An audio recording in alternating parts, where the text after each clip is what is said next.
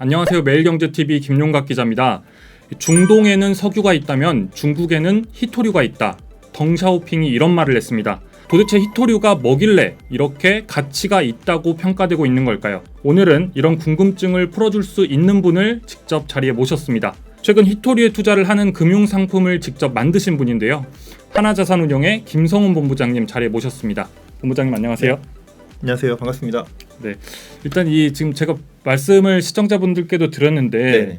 중동에는 석유가 있다면 중국에는 히토류가 있다. 굉장히 가치가 있는 어떤 것이라는 생각이 드는데 네, 맞습니다. 이 히토류가 도대체 어떤 건지 좀 잘 모르겠어요. 이게 네. 그래서 이름도 되게 어려운 것 같은데 네네. 좀 간단하게 어떤 건지 좀 설명을 먼저 좀 부탁드릴게요. 우리가 이제 주기율표가 있죠. 그래서 네. 102개 원소 중에서 란타넘계 원소라는 게 15개가 있어요. 거기에다가 2개가 더 추가가 돼서 총 17개 원소를 통칭하는 광물입니다. 이게 농축된 형태로는 거의 산출이 안 되기 때문에 광물 형태로는 굉장히 희귀한 그런 부분이 있고요.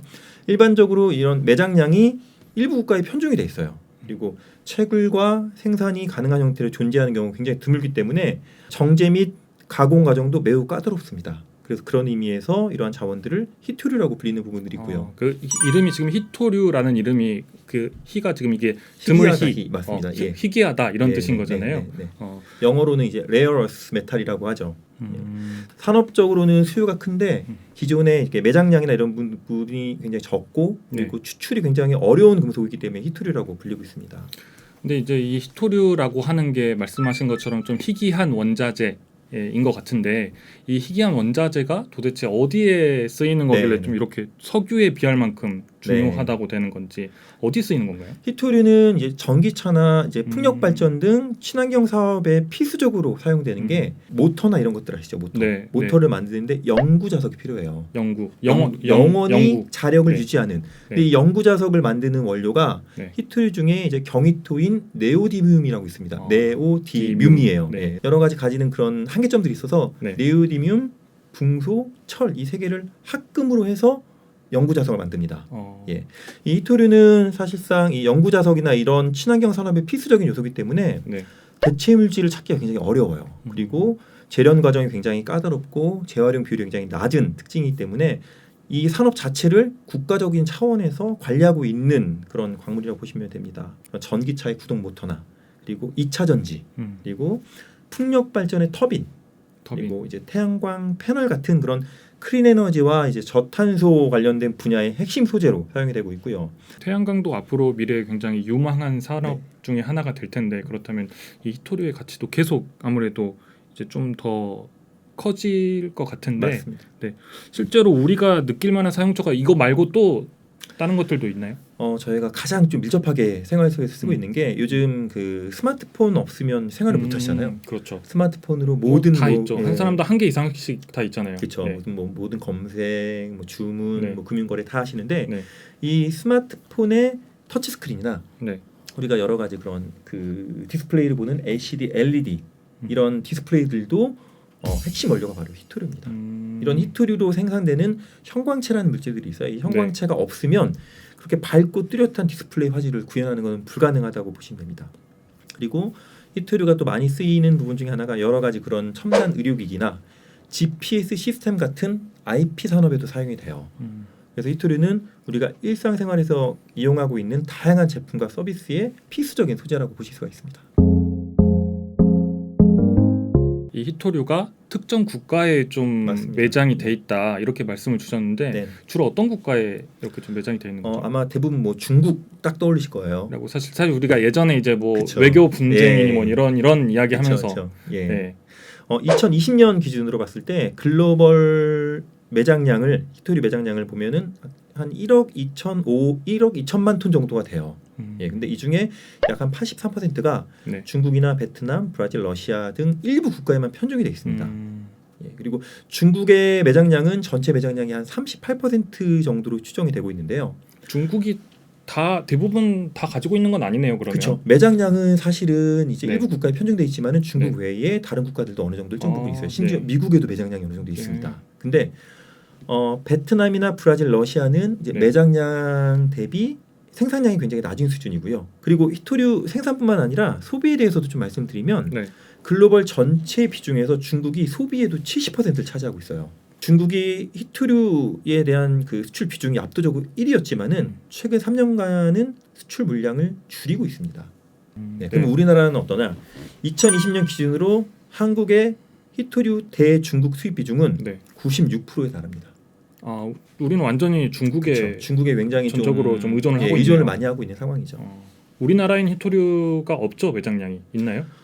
우리나라에는 제가 알기로는 없고요. 뭐 네. 북한에 일부 있다 이런 얘기가 있는데 그러니까 북한에 있다는 설이 좀 도는 것 같더라고요. 그거는 나중에 뭐 확인할 수는 없는 거죠. 통일이 되면 알 수 있지 않을까 싶습니다. 네.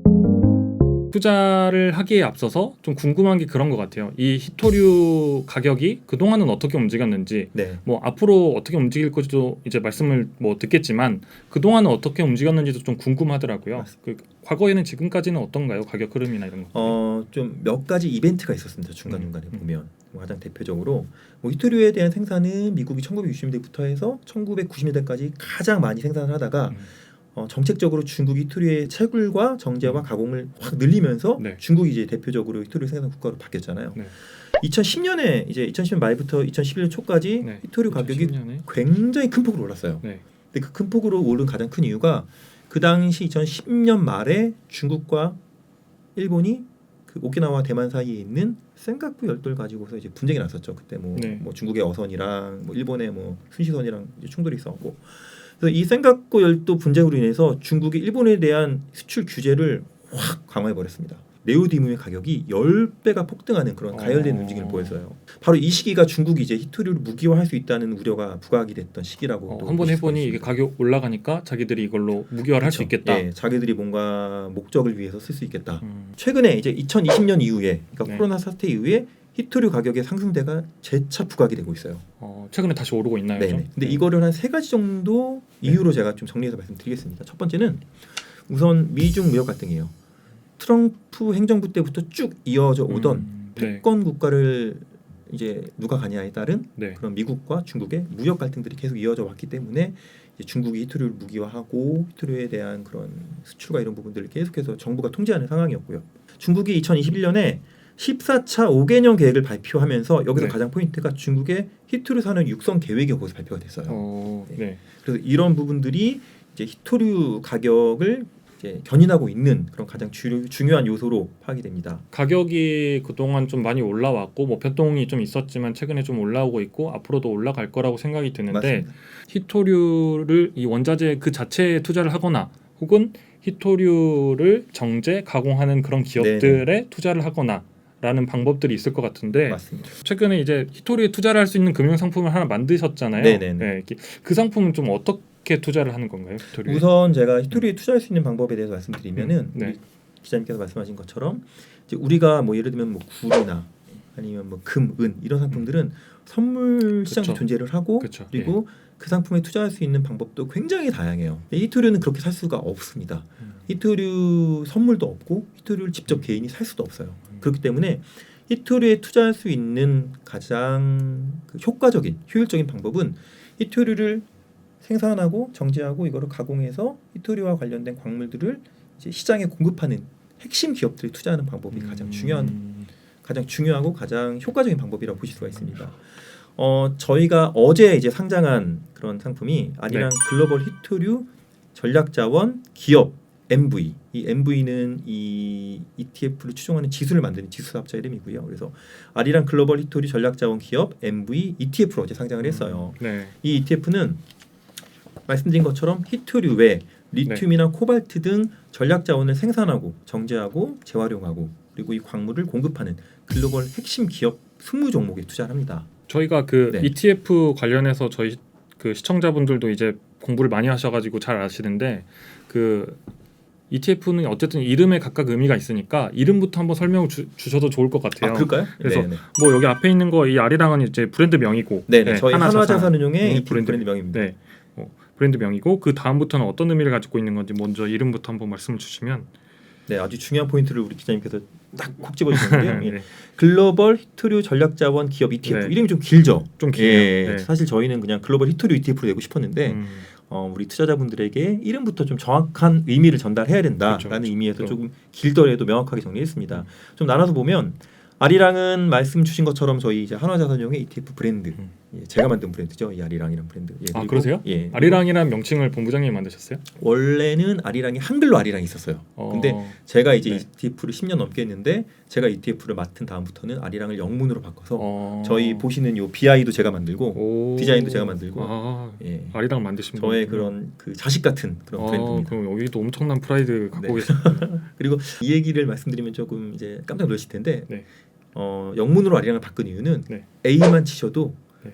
저희 아리랑 ETF가 제일 먼저 나와요. 모든 종목에서.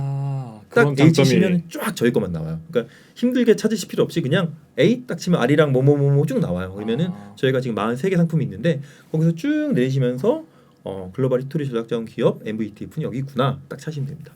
네, 그러면 아리랑에 이어서 뒤에 얘기를 말씀드리면 글로벌은 전 세계 글로벌 기업에 투자한다는 의미에서 글로벌이라는 명칭이 붙었고요. 그리고 히토리는 아까 말씀드린 102개 원소 중에서 란타넘계 15개랑 그 외에 2개를 포함한 17개 원소들. 그리고 전략자원은 히토리를 제외한 나머지 원소들 중에서 그린 에너지나 첨단 산업에 쓰이는 그리고 뭐 리튬, 코발트, 텅스텐, 티타늄 이런 전략자원들. 그래서 이런 전략자원들을 생산하는 기업에 투자한다라는 의미로 기업이 붙었고요.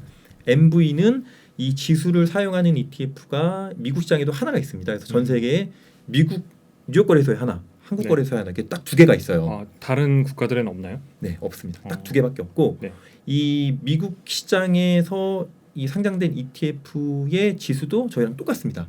지수를 이제 산출하고 지수를 계속 공급하는 그 업체가 이제 MVIS라고 해서 MV 인덱스 솔루션이라는 업체예요. 그래서 지수 사업자 명칭을 ETF 명칭에 포함하게 돼 있습니다. 그래서 글로벌 히토리 전략자원 기업 MV 지수 사업자 ETF 이렇게 나온 거죠. 구성 종목들 좀 말씀드리면요. 말씀드린 것처럼 이제 전 세계적으로 이제 히토리 관련된 그런 생산과 정제, 재활용 그리고 히토리 관련된 광물을 공급하는 그런 핵심 기업 20개 투자를 합니다. 근데 제가 20개를 다 말씀드리면 아마 기억하시기 힘드실 것 같아서 조금 대표적인 기업들 몇 개만 좀 말씀드릴게요. 우선 세계 최대 리튬 광산을 소유한 곳이 바로 호주입니다. 그래서 호주의 그 필바라 미네랄스라는 기업에 투자를 하고요. 그리고 미국 시장에도 우리가 히토리 하면 중국 쪽에만 많이 이렇게 포커스가 되어 있는데 미국 시장에도 히토리가 상장된 기업이 있어요. MP 머터리얼즈라는 그런 기업인데 이제 이 기업도 굉장히 히토리 관련된 부분들을 적극적으로 생산하고 있습니다. 그리고 상해 거래소에 상장된 기업 중에서 코발트만 전문적으로 하는 화오 코발트라는 기업도 있고 중국 최대 리튬 기업인 강봉 리튬이라는 그런 기업도 포함이 되어 있어요. 이런 기업들을 이제 선별을 해서 이제 그 포트폴리오를 만드는 원칙은 해당 기업들의 특징은 이제 글로벌 히토리와 전략자원 광물을 채굴하고 가공하는 기업으로서 매출액의 50% 이상이 히토리 및 전략자원에서 발생을 해야지 포트폴리오에 들어올 수가 있습니다. 이게 조건이 만약에 충족하는 기업들이 조건을 충족하지 못하게 되는 상황이 발생될 경우에는 이게 교체가 되나요? 그럼요. 리밸런싱 주기가 있어요. 주기적으로 포트폴리오의 구성 종목을 변경을 합니다. 그럴 때마다 말씀드린 것처럼 매출액의 50% 이상이 히토리와 전략자원에 나오냐 이런 부분들을 가지고서 지수 구성 종목이 변경이 되면 당연히 그 지수 추종한 ETF의 포트폴리오도 변경이 되는 방식이죠. 투자자분들이 이제 그런 걱정을 할 것 같아요. 그래서 앞으로도 지금 최근에 1년 오른 것처럼 앞으로도 장기적으로 봤을 땐 좀 오를 수 있겠냐라는 이런 이제 걱정을 해결을 해야 맞습니다. 실제로 투자를 할 것 같은데 본부장님께서 생각하시기에는 가격 전망을 좀 어떻게 보세요? 그게 제일 중요한 포인트예요. 그러니까 과거의 히토리 가격을 보면 중국 정부의 그런 수급이나 공급의 계획에 따라 영향을 굉장히 많이 받았습니다. 앞서 말씀드린 것처럼 지난해 12월에 히토리 생산 국유 기업을 3곳하고 국유 연구기관을 2곳을 통폐합하면서 정말 큰 그런 히토리 관련 기업인 중국 히토그룹을 출범을 했습니다. 그래서 공급적인 부분에서는 저희가 이제 중국의 움직임이나 이런 부분들을 좀 예의주시해야 되는 부분들이 있고요. 하지만 수요적인 측면에서의 그런 변화가 더 큽니다. 최근 뭐 신재생에너지, 전기차 같은 히토류의 그런 수요 증가가 충분히 뭐 예상이 되는 부분이 있고 전기차 및 배터리 저장에 사용되는 그런 히토류와 리튬, 코발트, 망간 등 이런 전략 자원에 대한 수요는 앞으로 뭐 거의 한 18년 후인 2040년까지 최소 30배 이상 증가할 것으로 예상이 돼요. 그리고 추후 이런 탄소 중립 달성을 위해서 풍력이나 태양광 그리고 재생에너지 같은 그리고 전기차의 전환 속도가 빨라지면은 히토류의 가격에는 가장 중요한 포인트가 될 것으로 생각이 됩니다. 그 본부장님 모시고 오늘 이 히토류 ETF에 대한 말씀을 좀 들어봤는데 말씀 듣다 보니까 저도 굉장히 매력적인 상품인 것 같아서 방송이 나간 다음에 저도 좀 한번 매수를 좀 해봐야겠다라는 좀 고민이 드는데 그리고 만약에 매수를 해서 가격이 만약에 하락하게 된다 그러면 한 1년 정도 뒤에 그 중간 점검을 본부장님을 모시고 다시 한번 이렇게 해가지고 만약 가격이 하락하면 저희 그 댓글에 투자자분들 함께 원성을 같이 듣는 시간을 한번 갖는 걸로 해가지고 그렇게 하시죠. 제가 한 가지 팁을 더 드리면은 이제 국내의 그 여러 가지 투자 관련 규제로 인해 그 퇴직연금 계좌나 이제 뭐 IRP나 이런 연금 자산에서는 국내에 상장된 ETF밖에 거래하실 수가 없어요. 그래서 우리 이제 전 세계에서 히토류 투자할 수 있는 ETF 두 개밖에 없는데 하나가 미국에 상장돼 있고 뉴욕 거래소에 상장돼 있고 하나가 한국으로 상장돼 있는데 이번에 저희 하나자산이 상장한 아리랑 글로벌 히토류 전략자원 기업 MV ETF가 오히려 이런 연금 계좌나 IRP 계좌에서 어느 정도 장기적으로 자산을 형성하기 위한 그런 목적 자금을 투자하는 데 있어서 정말 좋은 투자 대안이 될 수 있을 거라고 생각합니다. 이 히토류 ETF 가격이나 어떻게 이렇게 전망이 되는지 앞으로도 투자자분들과 함께 좀 지켜보면서 또 만약에 변동폭이 또 크다면 본부장님을 다시 한번 모시고 저희가 말씀을 들어볼 수 있도록 하겠습니다. 본부장 오늘 바쁘신데 말씀 감사합니다. 오늘 고맙습니다. 네.